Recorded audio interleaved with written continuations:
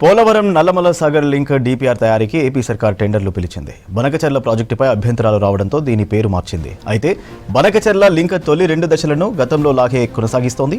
నల్లమల సాగర్ వరకే ఈ ప్రాజెక్టును చేపడుతోంది. బొల్లాపల్లి నుంచి నల్లమల సాగర్కు నీటిని లిఫ్ట్ చేయడానికి ప్లాన్ వేసింది.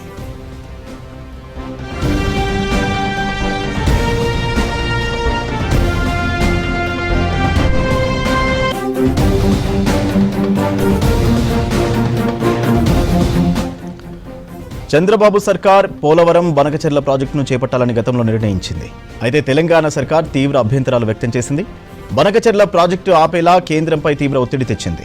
దీంతో ఏపీ సర్కార్ రూటు మార్చింది.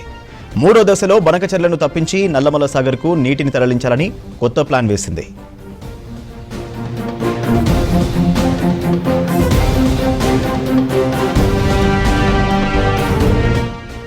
అయితే ప్రస్తుతం బనకచెర్లకు శ్రీశైలం నుంచి నీటిని దొడ్డిదారిలో తరలించుకుపోతున్న ఏపీ ఇప్పుడు అదే శ్రీశైలం ప్రాజెక్టు బ్యాక్ వాటర్ ఆధారంగా నిర్మించిన వెలిగొండ ప్రాజెక్టులో భాగమైన నల్లమల సాగర్కు పోలవరం నుంచి నీటిని తరలించేందుకు ప్లాన్ వేసింది.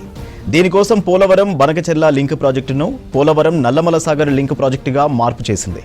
ఇక ఇటు కృష్ణా నుంచి బనకచెర్లకు, అటు గోదావరి నుంచి నల్లమల సాగర్కు నీళ్లను తన్నుకుపోయే కుట్రలకు తెరలేపింది. బనకచెర్ల ప్రాజెక్టులో భాగంగా 200 టీఎంసీలను తరలించాలనుకున్న ఏపీ ఇప్పుడు పోలవరం నల్లమల సాగర్ లింకులోనూ అంతే మొత్తంలో నీటిని తరలించుకుపోనుంది.